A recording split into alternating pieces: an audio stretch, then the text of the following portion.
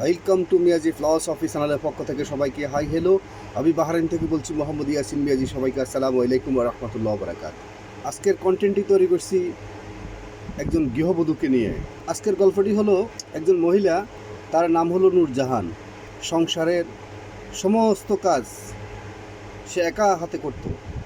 রাঁধুনি কাজ থেকে শুরু করে, কাপড় কাচা থেকে শুরু করে, এবং দেবরের কে হেল্প করা, ননদকে হেল্প করা, বাসুরকে হেল্প করা, শ্বশুরকে হেল্প করা, শাশুড়িকে হেল্প করা এবং হাজব্যান্ডকে সকল বিষয়ে সহযোগিতা করা। এই সমস্ত কাজ শেষ করেও সে আরেকটি কাজ করতো, সেটা হলো সে লেখাপড়া ভালো ছিল, স্টুডেন্ট হিসেবে লেখাপড়া অনেক ভালো ছিল।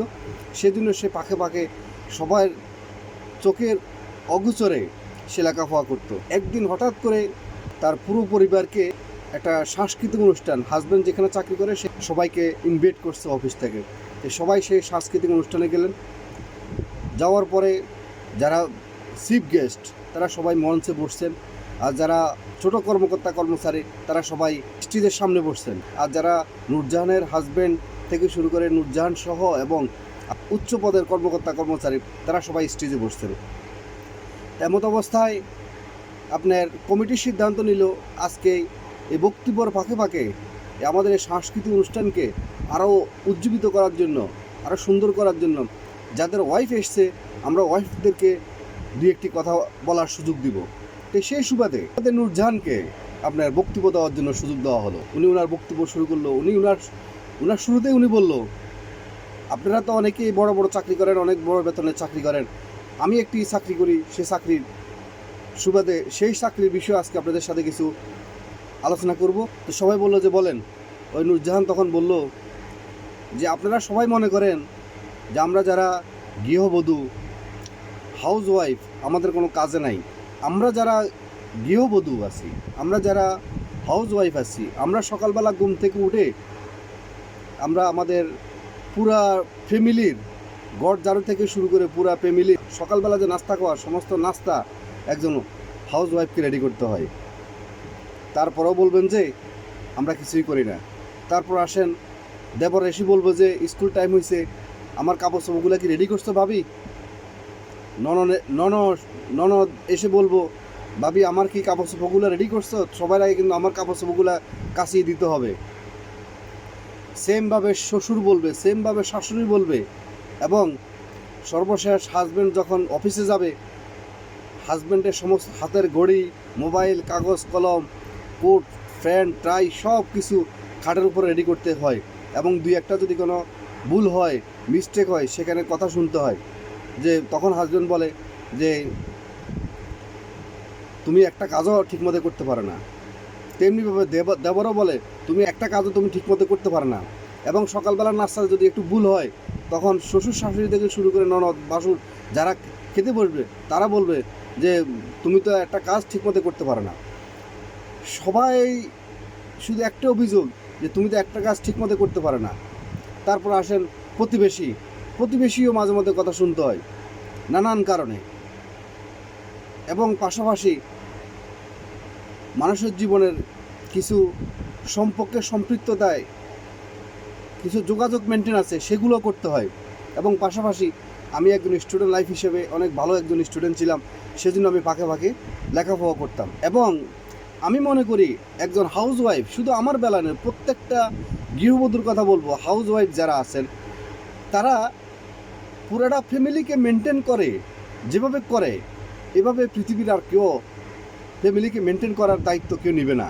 আমি মনে করি একটা অফিসে কতগুলো পোস্ট আছে, কতগুলো ডিপার্টমেন্ট আছে আমি জানি না, তবে একজন হাউস ওয়াইফের একটা পরিবার মেনটেন করার জন্য অনেকগুলো ডিপার্টমেন্ট আছে।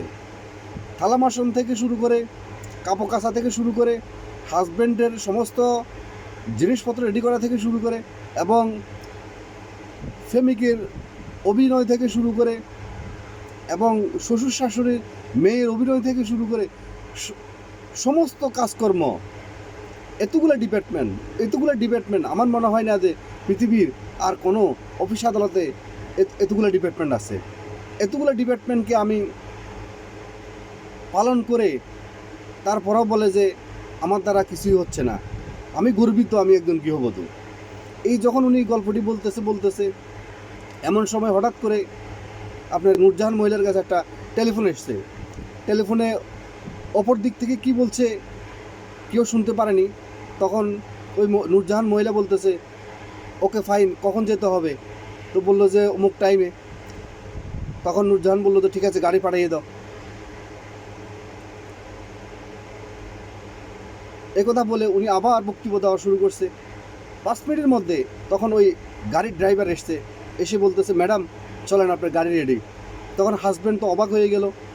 আপনার যারা আপনার এই ডিপার্টমেন্টে চাকরি করে, এই অফিসে চাকরি করে, যারা সাংস্কৃতিক অনুষ্ঠানে এসছে বা যারা ওনাকে চিনে, সবাই অবাক দৃষ্টিতে তাকিয়েছে। তো হাজব্যান্ড সামনে এসে ওই ড্রাইভারকে বলল যে তুমি ওনাকে কেন ম্যাডাম বললো যে উনি তো আমাদের অমুক ডিস্ট্রিক্টের সহকারী ম্যাজিস্ট্রেট হিসেবে উনি আমাদের এখানে জয়েন করছেন, আজকে ওনার ফার্স্ট জয়েনিংয়ের কাজ, সেজন্য ম্যাডামকে আমরা রিসিভ করতে আসছি, এটা ম্যাডামের গাড়ি। এই কথা শুনি তো হাজব্যান্ড অবাক হয়ে গেলেন। তখন হাজব্যান্ড বলল যে আমি জানি তুমি একজন হাউস ওয়াইফ, তুমি একজন গৃহিণী, তুমি এটার ফাঁকে এটা কি করে সম্ভব হলো? তুমি তো কখনোই বলোনি।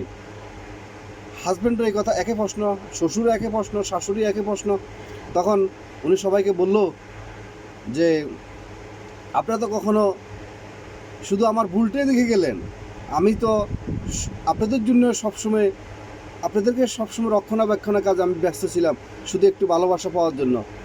কিন্তু ভালোবাসা তো পাইনি, যেটুকু পেয়েছি সেটা আলহামদুলিল্লাহ। কিন্তু আপনারা তো কখনো জানতে চাননি যে আমি আর কি করি।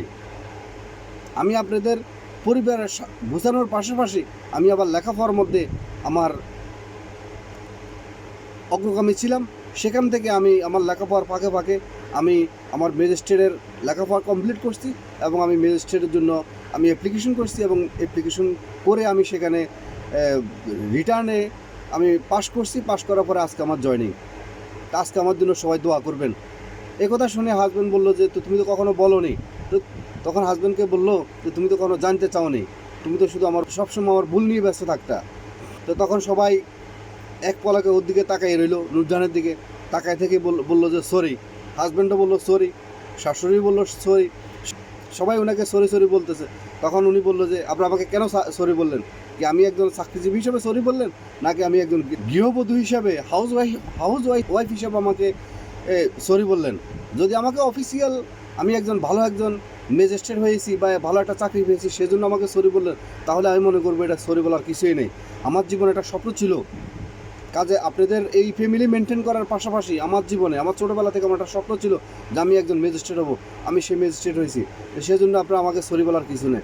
আর যদি আপনারা আমাকে হাউস ওয়াইফ হিসেবে আমাকে যেভাবে আপনারা টর্চার করছেন, আমাকে দিয়ে খাটাইছেন, আমি আপনাদের জন্য এত কষ্ট করছি, এত পরিশ্রম কষ্ট করার পরও আপনারা আমাকে বলতেন যে আমার দ্বারা কিছুই হচ্ছে না, তাহলে আমি বলবো আপনারা আমাকে সরি না বলে আপনাদের বিভাগকে প্রশ্ন করেন যে আপনারা আমার সাথে কি সুবিচার করছেন। যদি সুবিচার না করে থাকেন তাহলে আপনারা পরিবর্তন হওয়ার চেষ্টা করেন। এটাই আমার জীবন, আমি আমার পক্ষ থেকে আমি খুশি। তো এই গল্প থেকে আমরা কি শিখতে পারলাম? একজন হাউস ওয়াইফ একটা অফিস মেনটেন যেভাবে করতে হয় অনেকগুলো ডিপার্টমেন্ট নিয়ে, তেমনি একটা পরিবারে একজন হাউস ওয়াইফের তার কতগুলো ডিপার্টমেন্ট। আশা করি আপনাদের এই গল্প থেকে আপনাদের বিভাগ নাড়া দিবে এবং তাদের প্রতি আপনাদের রেসপেক্ট সম্মান বাড়াবেন। হাউস ওয়াইফের প্রতি কখনো টর্চারিং করবেন না এবং তাদের প্রত্যেকটা কাজের অ্যাপ্রিসিয়েট করবেন এবং তাদেরকে মূল্যায়ন করবেন। তাহলে দেখবেন যে সবাইয়ের সংসার অনেক সুখী হবে। গভীরভাবে বোঝার চেষ্টা করবেন গৃহবধূকে, একজন ওয়াইফকে, একজন নারীকে। আজকের মতো ভিডিওটি এখানে শেষ করলাম। আপনাদের যদি ভিডিওটি ভালো লেগে থাকে অবশ্যই একটি লাইক করবেন এবং শেয়ার করবেন। যিনারা আজকে নতুন ভিডিওটি দেখতেছেন অবশ্যই সাবস্ক্রাইব করে অল নোটিফিকেশন অন করে মিয়াজি ফিলসফি চ্যানেলের সাথে থাকবেন এবং যিনারা আগে সাবস্ক্রাইব করছেন আপনাদেরকে অসংখ্য ধন্যবাদ। আবারও মিয়াজি ফিলসফি চ্যানেলের পক্ষ থেকে সবাইকে আসসালামু আলাইকুম ওয়া রাহমাতুল্লাহি ওয়া বারাকাতুহু।